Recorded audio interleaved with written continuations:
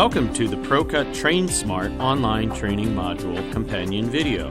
Please follow along as we take you through the proper and safe use of the latest machines from ProCut. Read all training material thoroughly for the most comprehensive information available.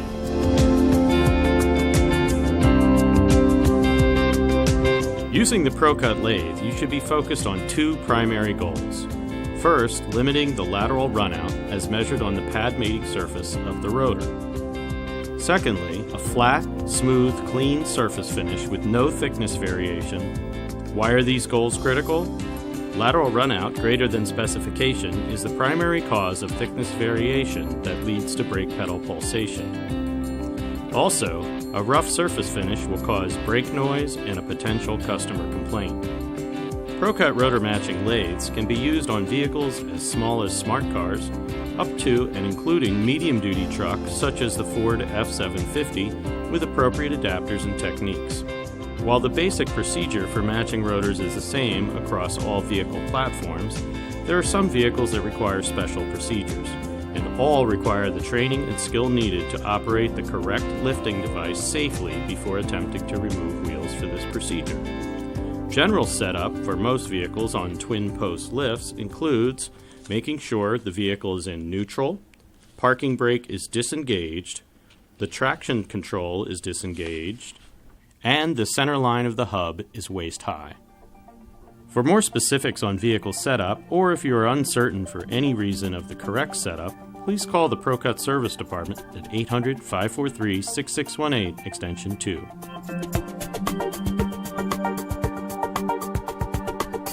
First, determine the side of the vehicle you'll be starting on. You always want to start on the side where the brake caliper is on your right.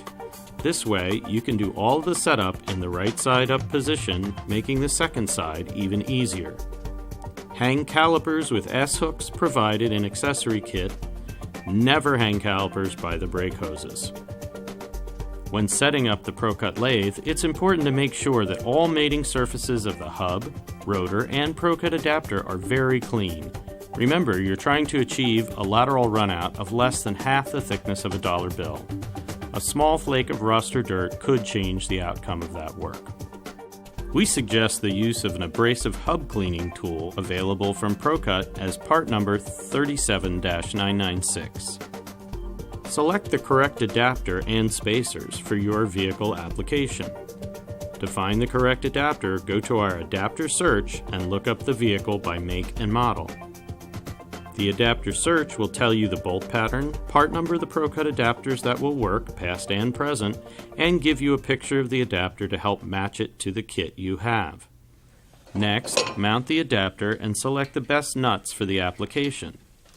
Some wheel nuts will not fit well with the ProCut adapters, and you may need to use the nuts provided in either the 50-179 kit that comes with every lathe, or the optional ProCut 50-175 speed nut kit. For nuts from the vehicle or the 50-179 kit, evenly tighten all nuts in a star pattern by hand. Do not use an air-operated impact gun. The torque is too high and could damage the adapter. For nuts provided in the 50-175 speed nut kit, use a 12-volt or less battery-operated quarter-inch drive impact gun. Only 12-volt or smaller impact guns will provide the correct amount of torque to protect the adapters from damage. Even torque is important, and you must tighten in a star pattern. When attaching the machine to the adapter, both the face of the adapter and the face of the lathe flange should be flush against each other, so there is no space between them. You'll know you have it right if the drawbar knob spins in freely by hand. Due to the self-compensating design of ProCut lathes, the trolley must not be in a bind either on the floor or in either the vertical or camber shock travel range. Put another way, not all the way topped or bottomed out, and not all the way cambered forward or back. Now tighten the drawbar by hand only.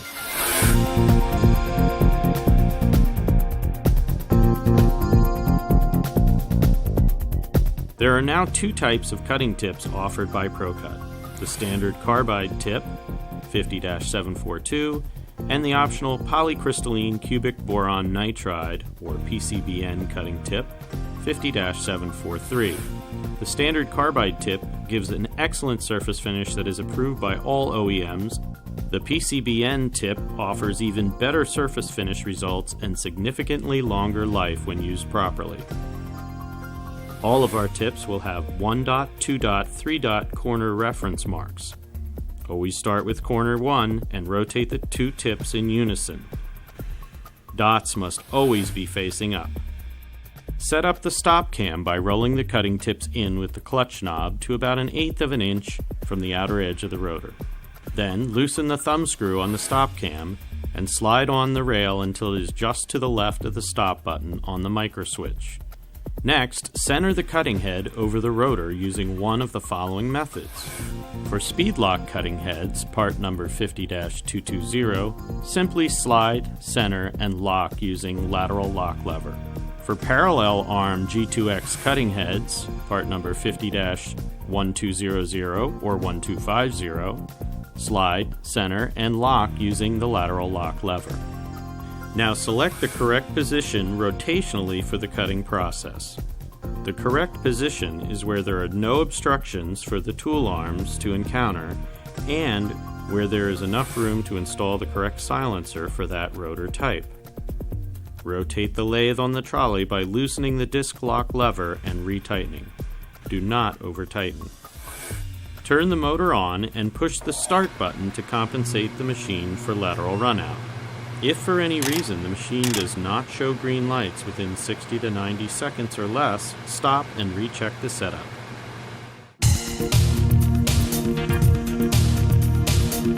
Machining.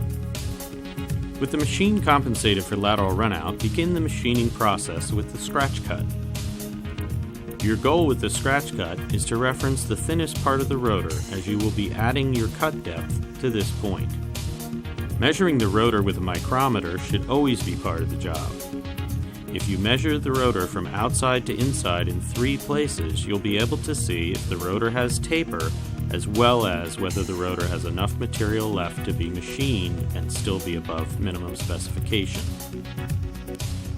Generally, you will be removing at least 4 thousandths per side, or 8 thousandths total, from the rotor beyond your scratch depth. If there are gouges in the rotor, use the deepest gouge as the reference point. With the tool arm separated enough to clear the rotor, wind the cutting head in to about 1/4 inch over the outer edge of the rotor surface and make a light scratch cut on both sides. Start on the inner side of the rotor first and then on the outer side, as you can hear the rear scratch but can't see it. Snug the tool arm lock knob and zero set the dial so you have a reference point for the rotor face. Then loosen the knob and back off the tool arms and wind them into 1/8 of an inch from the start point of your cut on the inside edge of the rotor. Repeat the scratch test to see if the cutting tips touch the rotor at 0. If not, establish a new 0 reference and wind the tips in to the starting point, paying particular attention to not hitting any obstructions, like the hat of the rotor on the outside or the caliper bracket on the inside. The depth of cut you select is determined by several factors. First, the type of brake rotor. For standard size vented rotors on cars or light trucks, remove between 4 thousandths and 20 thousandths per side. For thin, solid rear rotors on cars, remove between 2.5 thousandths and 7.5 thousandths per side. Other factors that will help determine the depth of cut are the amount of disc thickness variation, the taper of the rotor, amount of rust buildup, depth of gouges in the rotor surface. Lastly, and most importantly, the rotor's minimum allowable thickness or machine to specification must be adhered to. On the speed lock cutting head, each line on the knob represents 2.5 thousandths. There is a stationary reference line for you to use when setting the cut depth. On the G2X cutting head, each line on the knob represents 1 thousandth. Once your depth of cut is dialed in, lock the tool arm lock knobs and shut off the machine using either the micro switch by the cutting head or the main on-off switch on the electrical box. This is the last chance to double-check setup before starting the cut. With the machine turned off, check the following. Tool arm lock levers or knobs, depending on model, should be tight. Cutting head lateral slide lock knob should be tight. Make certain the stop cam is in position. Check to make sure the drawbar is tight. Depress clutch knob for cutting head feed. Check the disc lock lever on the trolley to make sure it's snug, but do not over-tighten. Next, install the correct silencer. There are 3 types depending on the rotor type you are working with. The 50-703 is the standard for regular size vented rotors on cars and small trucks. The 50-754 is for solid thin rotors on rear of cars. The 50-744 is for larger rotors on cars and trucks up through medium duty.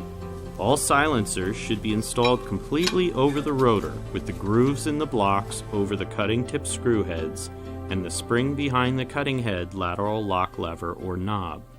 Next, position the chip tray under the cutting action. Lastly, start the motor and stand clear of the lathe.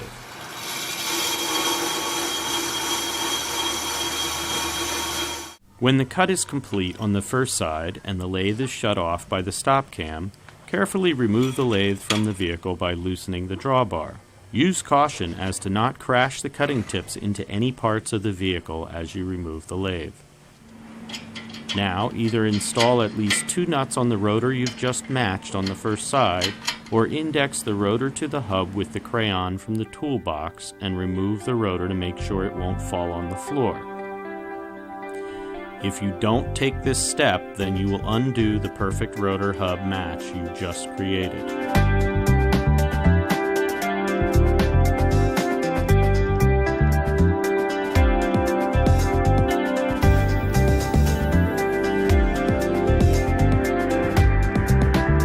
Rotate the clutch knob counterclockwise so the stop cam is not in contact with the microswitch. Next, open both tool arms enough so they will clear the rotor on the second side that is yet to be cut. Next, loosen the disc lock lever on the trolley and rotate the lathe so the cutting arms will feed in where the caliper was. Attach the lathe and follow all instructions the same as the first side. The second side should take you even less time as the cutting head and stop cam are already set up. Once the cut is complete and the stop cam is shut off the machine, it's time to wash and dry your rotors.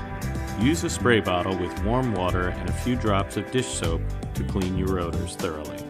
Remember, the smoother the surface, the less potential for a growl or other unwanted brake noises. Reduce the chance of a comeback by using sharp cutting tips and cleaning the rotor properly after machining. Final steps. At this point, you've completed 2 critical tasks. First, you've matched the rotor to the hub by taking into account the imperfect nature of the hub and the stacked tolerances from the hub and other components, thereby eliminating a potential pulsation comeback. Secondly, you've given the braking surface a new, clean, flat finish that is ready to be mated to the friction material. Now you must be absolutely certain that you do not jeopardize the fine job you've just finished. To complete the job correctly, the following must be done properly. If for any reason you must remove the rotor after completing the match machining process with the PFM lathe, be sure to match mark the rotor to the hub with a crayon so you can replace the rotor in that same position. Failure to do this will result in a complete undoing of the lateral runout correction you just finished. For this reason, it's always preferable to use the ProCut lathe last after all other suspension, hub, or axle work is complete and the wheels are ready to go back on the vehicle. Also, the lug nuts on the wheels must be torqued to manufacturer's specifications and in a star pattern. Do not use an impact gun without the proper torque stick or a torque wrench. Uneven torque will cause the rotor to deflect and will actually induce lateral runout and cause the undoing of the nearly perfect brake job you just performed. Next, test drive the vehicle and follow brake pad manufacturer's recommendations for bed-in of new friction material. The ProCut rotor matching system is designed to perform exceptionally well, quickly, and efficiently. Like any tool, however, it relies on skilled, trained hands and an attentive mind to do its job correctly. That's where your talents come in. Thanks for watching this video. Now please take the online quiz to complete the first level of TrainSmart certification.